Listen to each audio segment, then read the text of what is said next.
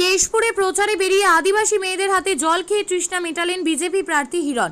একদিকে গ্রীষ্মের তাপপ্রবাহ, অন্যদিকে রাজনৈতিক তাপ। দুই তাপের মাঝেই ব্যস্ত এখন প্রত্যেকটি রাজনৈতিক দলের নেতাকর্মীরা।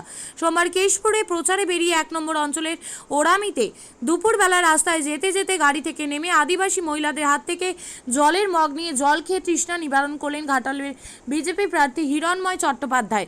1 নম্বর অঞ্চলের তুষখালী গ্রামের তৃণমূলের হাতে অত্যাচারিত বিজেপি কর্মী বিভাস রানা, পলাশ হাজারি ও মন্টু পানের বাড়িতে যান।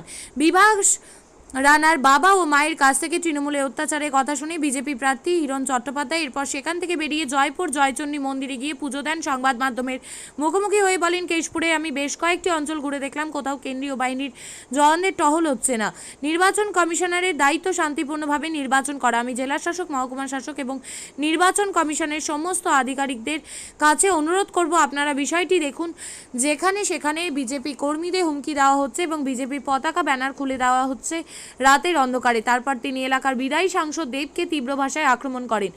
বলেন, কেশপুরে মানুষকে পুলিশ দিয়ে এবং তৃণমূলে হারমাত দিয়ে অত্যাচার করে ভোট লুট করে সাংসদ হচ্ছেন, অথচ কোনো কাজ করছেন না। সেই সঙ্গে দেবের উদ্দেশ্যে তিনি বলেন, কর্মীদের যেন বলে দেয় ভোট লুট না করতে, আর যদি কোনো ধরনের এই ঘটনা ঘটে তাহলে কেশপুরে ভোটের দিন দাঁড়িয়ে থেকে ভোট লুট রক্ষা করবেন। প্রচারের পর মধ্যাহ্নভোজন করেন বিজেপি 1 নম্বর জেলা পরিষদের প্রার্থী মমতা মাহাতোর বাড়িতে। সারাদিন তার কর্মসূচিতে সাধারণ মানুষের উৎসাহ ছিল চোখে পড়ার মতো।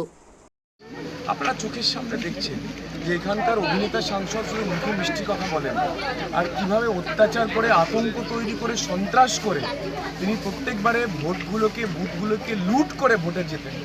সেটা আপনারা দেখছেন প্রত্যেকবারে। আর বাইরে মিষ্টি মিষ্টি কথা বলেন। গত 10 বছরে ওনার বিরুদ্ধে কেউ প্রতিবাদ করার সাহস পায়। গত 10 বছরে এই অভিনেতা সাংসদের বিরুদ্ধে কেউ বলেনি। আমি একা সাহস করে বলতে নেমেছি।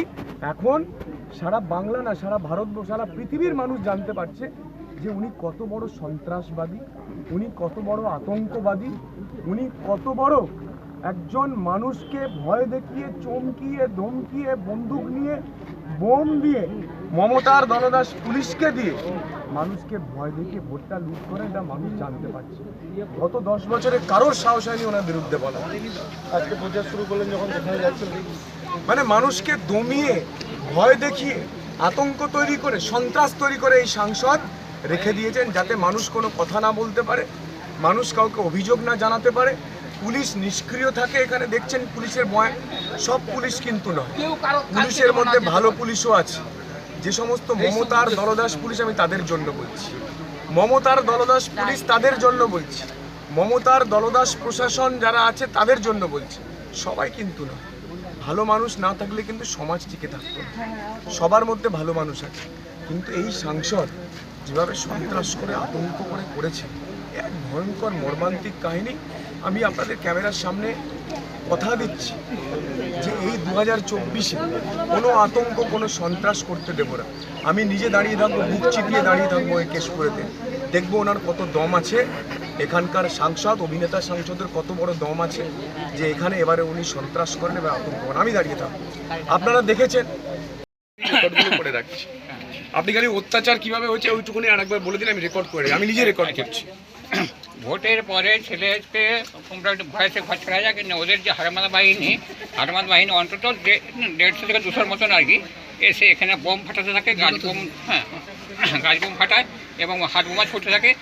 আমার বাইরে বাঁশ কাঠি এরকম সব করেছিল, এগুলোকে নিয়ে অ্যাজবেস্টারগুলোকে ভাঙতে থাকে এবং বড় কাঠের টুকরো নিয়ে যে কপার জানা সেগুলোকে ভাঙচুর করতে আরম্ভ করার পর আমরা স্বামী স্ত্রী দুজনে মাত্র করেছিলাম। যে কপাটগুলোকে ভেঙে নিয়ে যায়, আমাকে এমনভাবে মারধর করলো যে আমি ওখানে পড়ে যাই। সেই সময় ডাক্তার দেখাবো, যে ডাক্তার দেখানো পারমিশন দেয়নি কেউ, যে উপরতলা অত্যাচার করছিল কারা? পুলিশ না, ওই গুন্ডা বাহিনী, গুন্ডা বাহিনী। আর তারপরে পুলিশকে খবর দেওয়া হলো, পুলিশ কিন্তু বলে পুলিশ কিন্তু কেউ আসেনি। কি বলছে? আমার ব্যাঙ্গালোরে গিয়ে 17টা স্কুপ দিয়ে 8টা আছে আমার ঘাটটা। তাকে আমাকে এমন মারধর করলো আর কি, যে আমি উল্টে পড়ে যে থরথর করে অজ্ঞান হয়ে গেল। আমাকে ডাক্তার দেখানো পারমিশন দেয়নি নেতারা। নেতারা বলতে দেবে ডাক্তার এসেছিল। আপনি কি জায়গা কিনতে চান?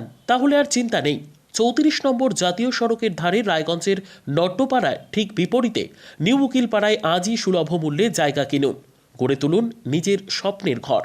তাই আর অপেক্ষা না করে আজই চলে আসুন আমাদের এখানে, দেখে যান জায়গা। মন পছন্দের স্বপ্নের প্রাসাদ গড়ে তুলুন আপনার কেনা এই জায়গায়। তাই আজই যোগাযোগ করুন আমাদের সাথে।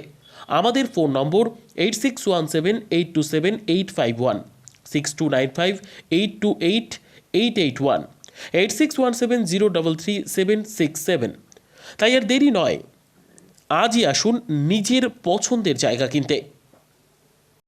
বিয়ে হোক বা যে কোনো অনুষ্ঠান, ছেলেদের আধুনিক মানের পোশাকের বিপুল কালেকশন নিয়ে হাজির গোয়ালপুকুরের সরকার ড্রেসেস।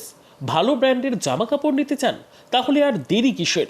এক্ষুনি চলে আসুন সরকার ড্রেসেসে। গোয়ালপুকুরের শাহাপুর বাজারে খুলে গেল সরকার ড্রেসেস। ব্র্যান্ডেড জিন্স প্যান্টে রয়েছে কালারের পুরো গ্যারেন্টি।